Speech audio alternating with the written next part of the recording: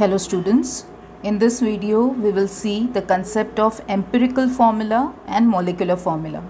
But before proceeding with the main topic, you need to know what is percentage composition, because this is a main parameter which we need to consider while determining the empirical formula. Okay, so let us see first what is percentage composition.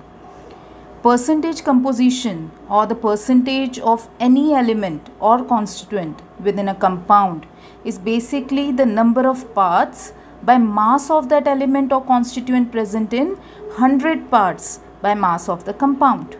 Okay, so in simple terms, I can determine it or I can express it in this particular form. What I can say, percentage of the element or constituent within a compound is equal to number of parts by mass of that element or the constituent divided by molecular mass of the compound multiplied by 100, since we are converting it into percentage.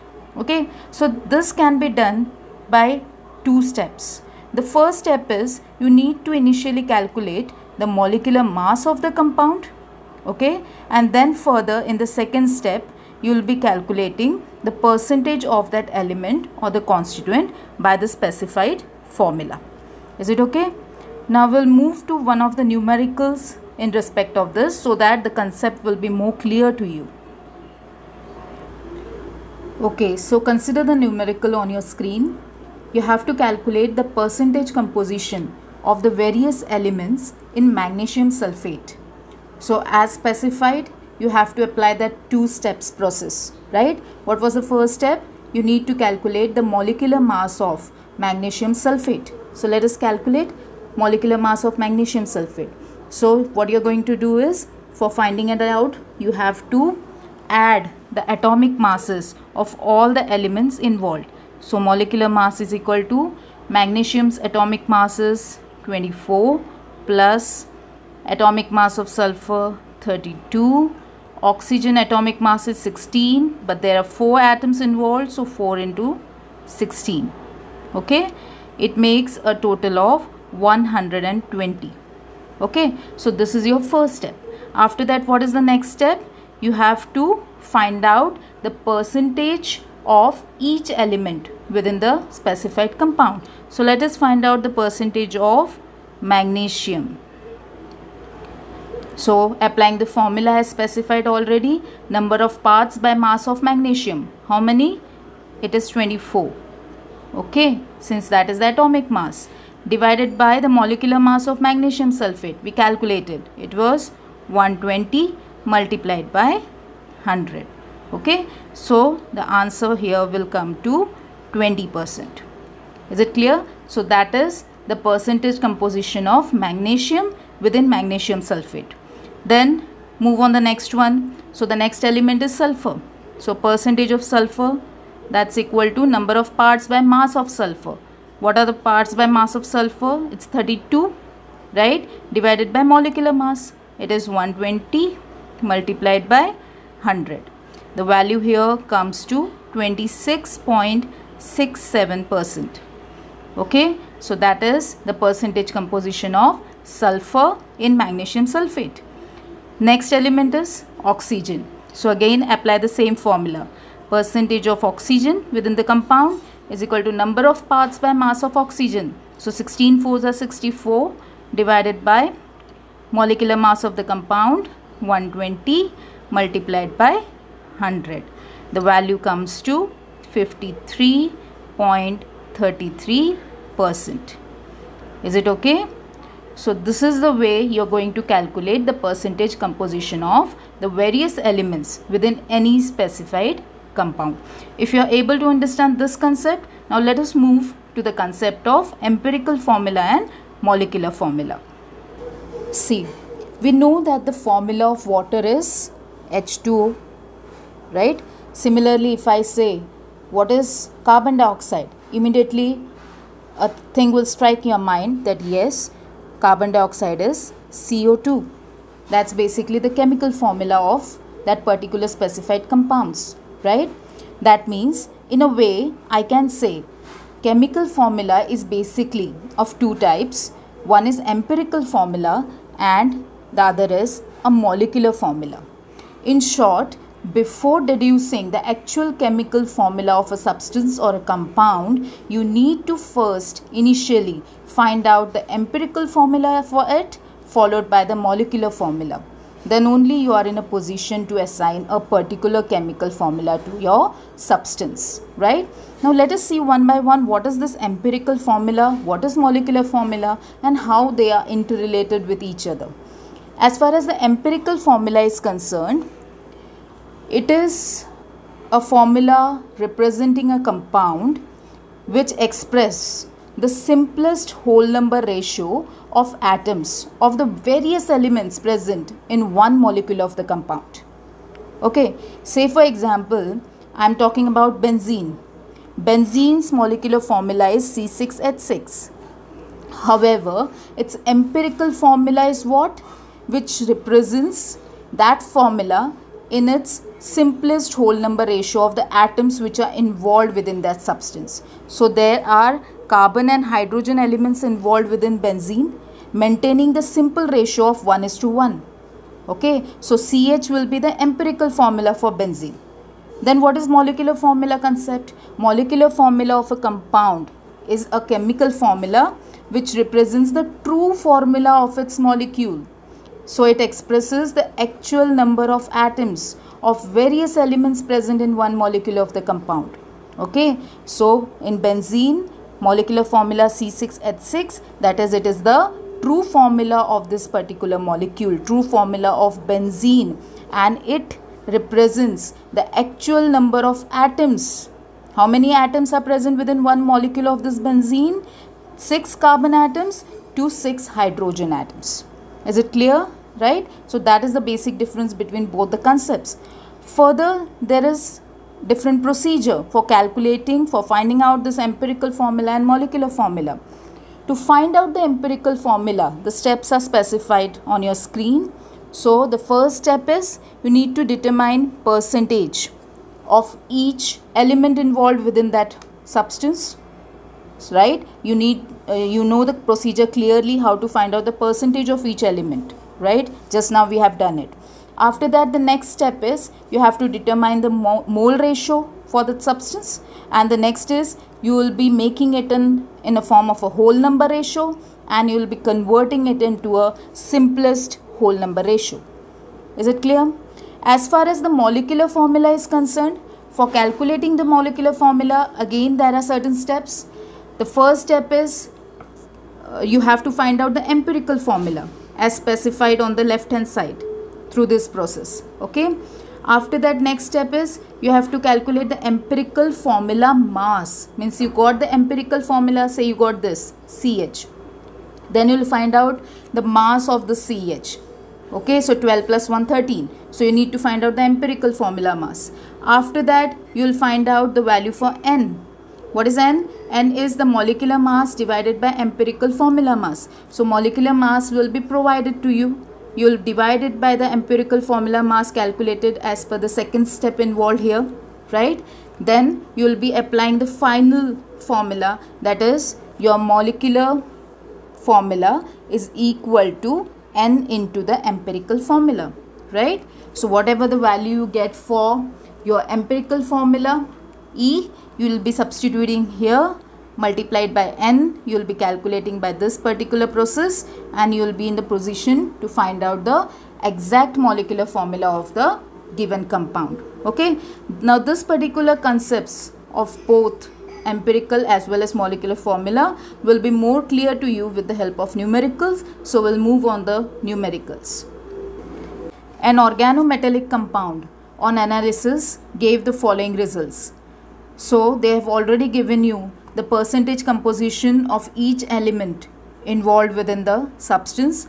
So the substance has 3 elements: carbon, hydrogen and Fe, iron. Okay, percentages are given to you. So what you're going to do in such case for calculating empirical formula is you'll first make a column as shown here, right? After that, the first row, first column will be with reference to the elements involved. So that is carbon, hydrogen and Fe. Followed by the next column is for the mass percentage or the percentage element composition which is specified to you. So you'll specify that carbon 64.4%, hydrogen is 55%, Fe is 29.9%. After that, the next column is for the atomic mass. Atomic mass, so carbon's atomic mass is 12, hydrogen it is 1, and for Fe, atomic mass is 56. Next column you have to make is for atomic ratio.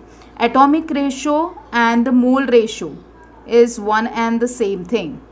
Okay, so in some books you will find that atomic ratio has been written. In some other books they have specified the same concept as terms of mole ratio. Okay, so how you are going to find out this atomic or mole ratio is, you will take the percentage element or the mass percentage and the atomic mass, right? So how you are going to do is mass percentage divided by atomic mass, that will be your atomic or mole ratio. So you are doing it for each and every element, so that is 64.4 divided by 12 in this case. That is equal to 5.37. Similarly for hydrogen it comes to 5.5. For Fe it comes to 0.53. Now what was the next step for determining empirical formula? If you remember, the next step is you have to convert it into simplest whole number ratio, right? So you have to convert initially into simplest mole ratio and then into simplest whole number ratio. So how you are going to convert in simplest whole ratio, simplest mole ratio is, you have to just consider the least value for the mole ratio within the column. Which is the least value among this three? The least value is 0.53. Okay, so you'll be dividing with that least value in each case. So 5.37 divided by 0.53, then again 5.5 divided by 0.53, and then 0.53 divided by 0.53. So these are the values available to you, 10.1, 10.4 and 1. And your final step is you have to convert it into simplest whole number ratio. So simplest whole number ratio, you have to just round off that concept. 10.1, when you round it off, it is equivalent to 10. 10.4 again equivalent to 10, and 1 is 1. Okay, so that is the way you have to find out the empirical formula for the given substance. So you have carbon 10 elements, right? Hydrogen you have 10 elements, and Fe you have 1 element. Okay, so the final empirical formula becomes C10, H10 and Fe. Is it okay? So this is the way you have to going to calculate, or you have to find out the empirical formula of the substance. If this is clear to you, we'll move on the next numerical, whereby we'll be taking combination of finding out empirical formula followed by the molecular formula. So let's move ahead. See the next numerical. Here compounds data has been given to you. This has two elements, boron and hydrogen. Okay, both of them have been specified in terms of their percentage composition. So boron percentage composition is 78.2, that you can specify within the column, and hydrogen's composition is 21.8%. okay, then next column is for the atomic mass. Atomic mass for boron is 11 and atomic mass for hydrogen is 1. Next column is you have to find out the atomic ratio or the mole ratio. So again, how you are going to find it out? Your mass percentage or percentage composition divided by the atomic mass. So the first case the value comes to 7.1, next case it comes to 21.8. What was the next concept? You have to convert it into simplest form. So for that, what you're going to do is you will take the least value of all. So between these two, 7.1 is the least value, so you'll be dividing it. Okay, so in the first case 7.1 divided by 7.1, it comes to 1. In the next case 21.8 divided by 7.1, it comes to 3. So it's already converted into a simplest whole number ratio. So you need not convert it into a next column, right? So this will be your final column for the table. Then you're already aware of the empirical formula by now. So what is the empirical formula here? Empirical formula will be BH3, since boron 1 and hydrogen 3. Okay, so your empirical formula is BH3. Next we'll find out the empirical formula mass of that compound. So that becomes 1 boron multiplied by 11, which is the atomic mass of boron, then plus 3 hydrogen multiplied by atomic mass of hydrogen, that is 1. So the value comes here is 14 atomic mass unit or 14 unified mass, that is symbol is U. Okay, so that is the empirical formula mass. What was the next step now? The next step is you have to find out the molecular mass of the compound. Okay, is the molecular mass already given in the numerical? Yes, just take the question there. Its molar mass was determined to be 27.6 gram per mole. Okay, so it's already been given to you. That is your molar mass or the molecular mass. Then next step is you have to find out the value for N. Remember, what is the value of N? It's molecular mass divided by empirical formula mass. Molecular mass given to you 27.6 divided by what is the empirical formula mass you right now got? That was 14 U. Okay, so this comes to 1.97. Okay, what are you going to do next is, N cannot have such decimal values. You need to consider N in terms of only the integral values. So you have to round it off. So N will be equal to 2. 1.97 on rounding off will be converted into an integral value of 2. So that is the value for N. Then your final step is the formula of the molecular formula. How you are going to find it out? Molecular formula is equal to N into empirical formula. Okay, so what was N? You have to going to find out the molecular formula. N is 2, empirical formula was BH3. Okay, so what is your molecular formula now? B2, right? H6. Is it okay? Got the concept? So how you are going to proceed for calculating the molecular formula? You will first find the empirical formula of the compound. Then you will find out the empirical formula mass of that compound, followed by calculating the value for N. N can be calculated as molecular mass divided by empirical formula mass. Then if it is not in an integral value or if it is not a whole number, you have to convert it into a whole number, right? Then you will find out the molecular formula by applying N into empirical formula concept. So in this case, the value is, or the formula, molecular formula of the compound is B2H6. Is it okay? So I hope the concept is clear to you. So in this particular video, what did we saw? Initially we saw what is percentage composition, how to find it out. Then with the help of that, how to find out the empirical formula. And with the help of empirical formula, how can you find out the molecular formula of that particular given compound. Is it okay? That's for today. Thanks for watching.